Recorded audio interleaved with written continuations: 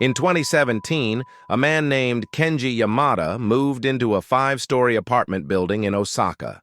Quiet, clean, forgettable.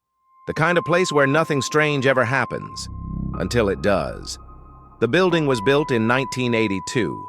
Standard Japanese construction, concrete and steel, 5 floors, 20 apartments total. Kenji chose the 5th floor, apartment 501, corner unit, good light, quiet neighbors. He worked remotely as a software developer, kept regular hours, barely left his apartment except for groceries. For the first 2 weeks, everything was normal. Then, on the 15th night, at exactly 2:47 a.m., Kenji woke to a sound. Footsteps in the stairwell, climbing, steady, slow, going up, past the 5th floor, past where the building ended. And when the footsteps finally stopped, something else started walking back down. Kenji lived alone on the 5th floor. Apartment 501, remote software job, regular routines, nothing unusual, except the footsteps.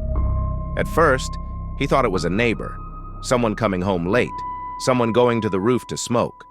But the building manager, an elderly woman named Mrs. Tanaka, said the roof door was rusted shut.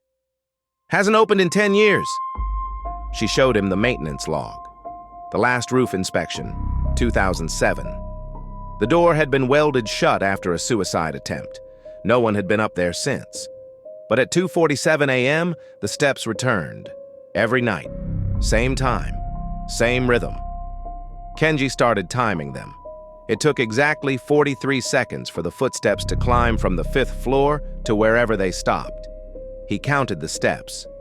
32. That was impossible. Each floor in the building had 14 steps. He'd counted them himself. 32 steps would take you nowhere. On the 5th night, Kenji opened his door and looked into the stairwell. Empty. Concrete walls. Fluorescent lights. The faint smell of cleaning chemicals. Still, the footsteps climbed above him, soft but unmistakable. 6th floor, 7th, 8th, numbers that didn't exist. Kenji held his breath. The footsteps reached what felt like the 10th floor. Then, around where the 10th floor would be, the footsteps stopped. A silence followed. Not the quiet of an empty building, but the silence of something holding its breath, waiting to hear if you're still there. Kenji stepped back into his apartment, locked the door, and didn't sleep for the rest of the night. On the 3rd night, Kenji decided to follow. He set an alarm for 2:45 a.m. When it rang, he was already awake. At 2:47 a.m., the footsteps began. Kenji stepped into the stairwell. The air felt different, heavier, like the pressure had changed. He climbed past the 5th floor, the concrete walls, the paint color, the flickering tube lights, every detail repeated perfectly. Too perfectly. As if the building were copying itself. By what should have been the 6th floor, his stomach tightened. The floor marker read 6F, but there was no 6th floor. The building only had 5. He kept climbing. 7F, 8F, each floor identical. Same scuffed paint, same flickering light, same smell. By the 7th, his hands were shaking. At the 8th, he stopped, turned back. He descended.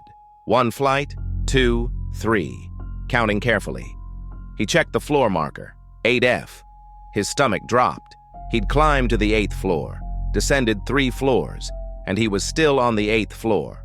The geometry didn't work. The math was impossible. Kenji's breathing quickened. He descended again. 1 flight. Checked the marker. 8F. 2 flights. 8F. 3 flights. 8F. He was trapped in a loop. A metallic creak echoed from somewhere far above, a door opening, then closing. Kenji didn't wait. He ran.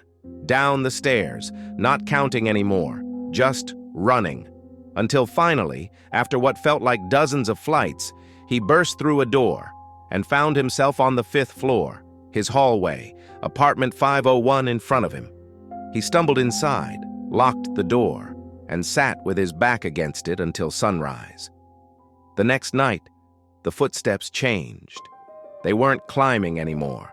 They were pacing, back and forth above him, as if someone was walking the length of a hallway, his hallway, on a floor that didn't exist. Kenji sat in his living room staring at the ceiling. The pacing continued. 14 steps one way. Pause. 14 steps back, exactly the length of his apartment. At 3:15 a.m., the pacing stopped. Kenji waited. Then, a knock. 3 sharp raps on his ceiling. Kenji froze. Another knock. Same spot, directly above his couch, where he was sitting, as if someone upstairs knew exactly where he was. He stood slowly, walked to the stairwell door, pressed his ear against it. The pacing had stopped, but he could hear breathing, slow, even, just on the other side of the door. Then a whisper came from directly above him, close, as if someone was pressed against the other side of the door. "You're not supposed to be here." Kenji's breath stopped. The voice. He knew that voice, the slight rasp, the way the R sound caught. It was his own voice, speaking to him from the other side of the door. Kenji stumbled backward. The breathing continued. Then footsteps, walking away, up the stairs, climbing, higher, always higher. On the 7th night, Kenji climbed again. 5th floor, 6th, 7th, 8th. He didn't stop this time. 9th, 10th, 11th, 12th. Every floor was identical, the same hallway smell, the same buzzing light. He passed floor markers that shouldn't exist. 15F, 20F, 25F. The numbers kept climbing. His legs burned, his lungs ached, but he kept going. At the 32nd floor, he stopped. Not because he was tired, because the stairwell had changed. The walls were darker here, the paint peeling. The lights flickered more slowly, and there was a smell. Old, stale, like a place that hadn't been opened in years. He climbed 3 more flights, then, at what the marker claimed was the 35th floor. The footsteps ahead of him ceased. A hallway stretched out, a perfect copy of his own. Same carpet, same walls, same door layout, and at the end, apartment 501, his apartment. Kenji approached carefully. The door was identical. Same scratches, same dent near the handle. He pressed his ear to it. Inside, he heard his own voice, talking softly, the way he muttered to himself when alone. 35 floors, still going, still climbing. Then footsteps inside the apartment, walking toward the door. The handle began to turn. Kenji didn't wait. He ran. Kenji sprinted down 3 flights. He checked the floor marker, 35F, still. His breath hitched. Below him, footsteps began to climb, slow, heavy. Kenji leaned over the railing. A figure ascended the stairs. Same height, same clothes, same hair, same posture. It stopped 1 floor below him and looked up. Kenji stared into his own face. But the expression wasn't fear or confusion. It was recognition, like this version had been waiting far longer than Kenji had been alive. The other Kenji spoke. "You can't go back down." A pause. Then quieter. "We've all tried." Kenji's pulse pounded. "We?" He looked past the figure. Below, in the dim yellow light of the stairwell, more shapes, standing on different floors, waiting, all wearing his face. Some looked younger, some older. One wore a business suit, another pajamas. One had blood on his shirt. But they all had the same expression: recognition, resignation. The closest one, standing 2 floors below, spoke. "How long have you been climbing?" Kenji's voice cracked. 7 nights. The figure nodded slowly. "I've been here since 2015. Another voice from further down. 2009. Another. 1997. Kenji's legs nearly gave out. How many of us are there?" The nearest figure looked down into the stairwell, into the darkness below, where more shadows stood, waiting. We stopped counting. Kenji turned and climbed. 36th floor, 37th, 38th, more. He climbed until his legs trembled and numbers lost meaning. 40th floor, 50th, 60th. The walls grew darker, the lights dimmer, the air thinner. At what the marker claimed was the 72nd floor, he saw something different. A door, plain wood, no knob, no hinges, just a single word carved deep into it: exit. Kenji pressed his palm to the wood. It was warm, not from sunlight, not from heat. Warm like skin, like something living on the other side. From beyond the door came the sound of wind, traffic, life, normalcy.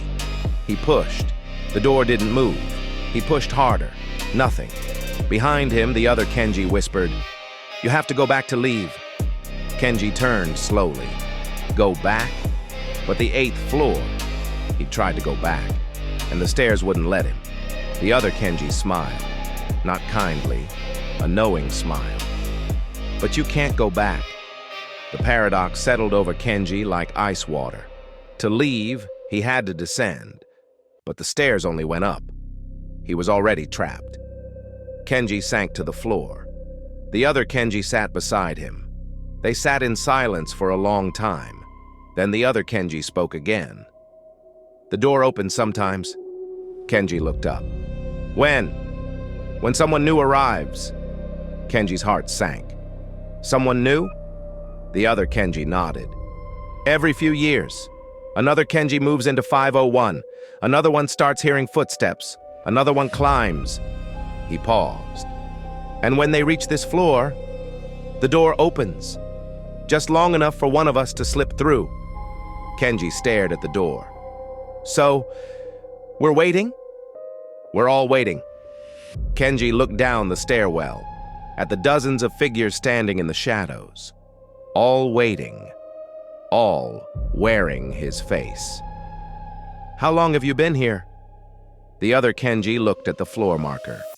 72F. "Long enough to forget what year it was when I started. In 2018, Kenji Yamada's apartment was found unlocked. Everything was still there. His laptop was open, his phone was charged, his shoes were neatly by the door. But Kenji himself was gone. Tenants on the lower floors report hearing footsteps in the stairwell. Climbing, always climbing. And on the wall above the 5th floor, where no wall should exist, fresh spray paint. 2 words, still looking. Some tenants say they've seen it appear overnight. Others say it's been there for years. But the paint is always wet. Some staircases have an end, some have an exit, and some just have more floors. Forever.